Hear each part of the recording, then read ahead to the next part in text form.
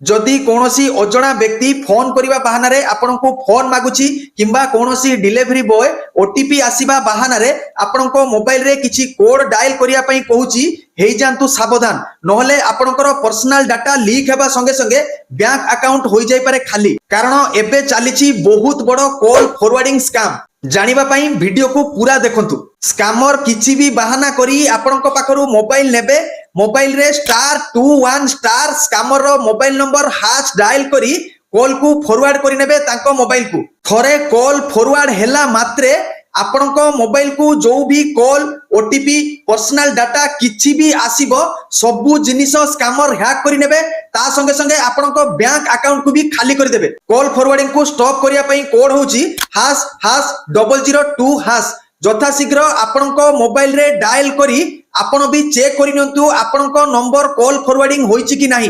जदि कोनोसी व्यक्ति आपनको संदेह लागुची जथा शीघ्र 1930 साइबर क्राइम हेल्पलाइन नंबर को कॉल करी जणांतु। दया करी कोनोसी अजଣା व्यक्ति किंबा जहा उपरे आपनकर भरोसा नाही ताकू आदो फोन दियंतु नाही व्यवहार करिवा पाई। वीडियोटी बहुत जरूरी समस्त को निहाती शेयर करंतु। एमिति जदि आउ किछि इन्फॉर्मेशन दरकार अछि कमेंट रे निहाती जणांतु।